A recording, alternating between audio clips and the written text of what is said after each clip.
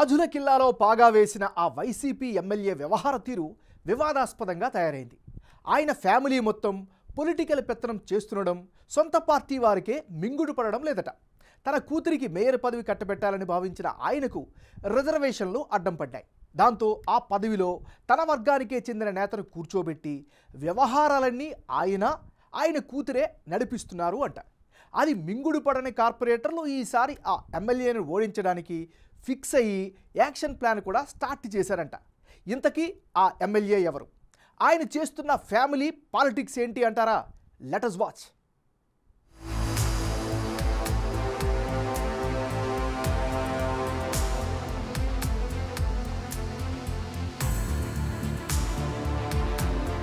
కొలగంట్ల వీరభద్రస్వామి ప్రస్తుతం డిప్యూటీ స్పీకర్గా ఉన్న ఆయన విజయనగరం ఎమ్మెల్యేగా ప్రాతినిధ్యం వహిస్తున్నారు. విజయనగరంలో టీడీపీ దిగ్గజం అశోక్ గజపతిరాజు కుటుంబానికి చెక్ పెట్టిన ఘనత ఆయనది. 2004లో కాంగ్రెస్ నుంచి అశోక్ గజపతిరాజుని తొలిసారి ఓడించిన ఆయన గత ఎన్నికల్లో గజపతిరాజు కుమార్తె అదితి గజపతిరాజుపై వైసీపీ అభ్యర్థిగా గెలుపొంది ఆ ఫ్యామిలీకి షాక్ ఇచ్చారు.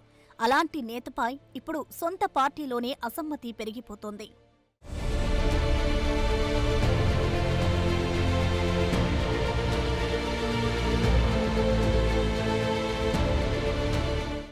విజయనగరం రాజకీయాల్లో వీరభద్రస్వామి ఫ్యామిలీ పెత్తనం రోజురోజుకీ పెరిగిపోతుందన్న విమర్శలు వెల్లువెత్తుతున్నాయి. నియోజకవర్గంలో మిగతా ప్రజాప్రతినిధులకు విలువే లేకుండా చేస్తున్నారని వైసీపీ శ్రేణులు భగ్గుమంటున్నాయి. ముఖ్యంగా విజయనగరం నియోజకవర్గంలో అధిక భాగం మున్సిపల్ కార్పొరేషన్ పరిధిలోనే ఉంటుంది. గత మున్సిపల్ ఎన్నికల్లో 50 డివిజన్లకు గాను 48 డివిజన్లు వైసీపీనే గెలుచుకోవడంతో ఎమ్మెల్యేకు ఎదురు లేకుండా పోయింది. అయితే రిజర్వేషన్ రోస్టర్ ప్రకారం మేయర్ పదవి బీసీ మహిళకి రిజర్వ్ కావడంతో తన కూతురు కొలగంట్ల శ్రావణిని మేయర్ చేద్దామనుకున్న ఆయన ఆశలు నెరవేరలేదు.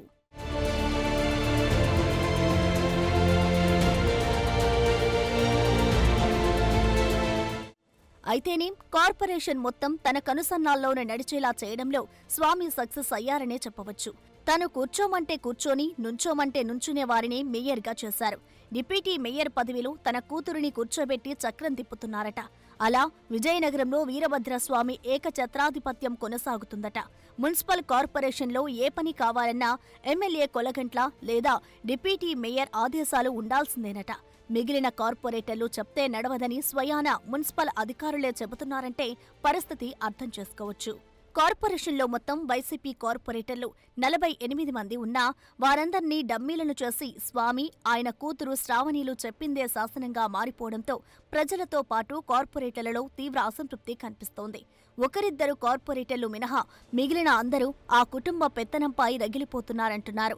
కనీసం తమ డివిజన్లలో వీధి లైట్లు కూడా వేయించుకోలేకపోతున్నామని అసహనం వ్యక్తం చేస్తున్నారట. అయితే కార్పొరేటర్లంతా స్వామి వ్యవహారాలలో ఉపాధి పొందుతున్నవారే కావడంతో కనీసం ప్రశ్నించలేకపోతున్నారనే చర్చ నడుస్తోంది. ఆ లెక్కలతోనే ఎమ్మెల్యే వ్యూహాత్మకంగా అలాంటి వారికే టికెట్లు ఇచ్చారంటున్నారు.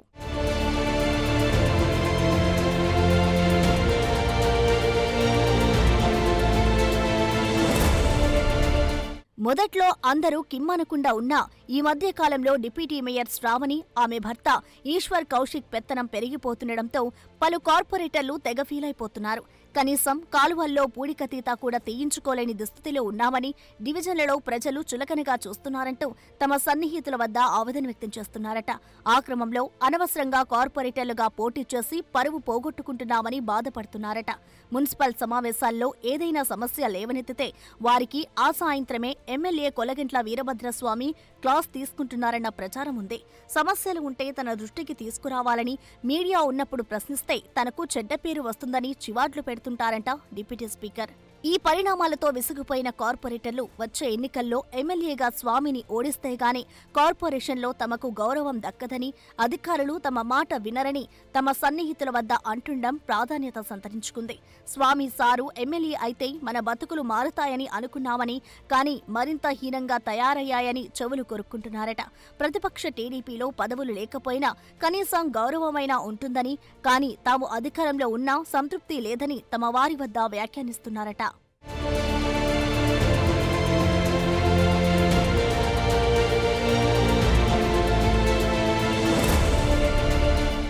మరోవైపు ఎమ్మెల్యే ఫ్యామిలీ మున్సిపాలిటీని తన గుప్పిట్లో పెట్టుకుని నగర అభివృద్ధి పేరుతో పైపై మెరుగులు దిద్దుతూ ఖజానాను ఖాళీ చేస్తున్నారనే విమర్శలు గట్టిగానే వినిపిస్తున్నాయి.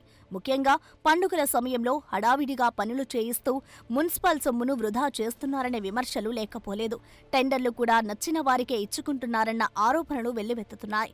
అదలా ఉంటే స్వామి అనుయాయులు కొందరు విజయనగరం నియోజకవర్గ పరిధిలో ఖాళీ భూములను కబ్జా చేస్తున్నారన్న ఆరోపణలు వినిపిస్తున్నాయి.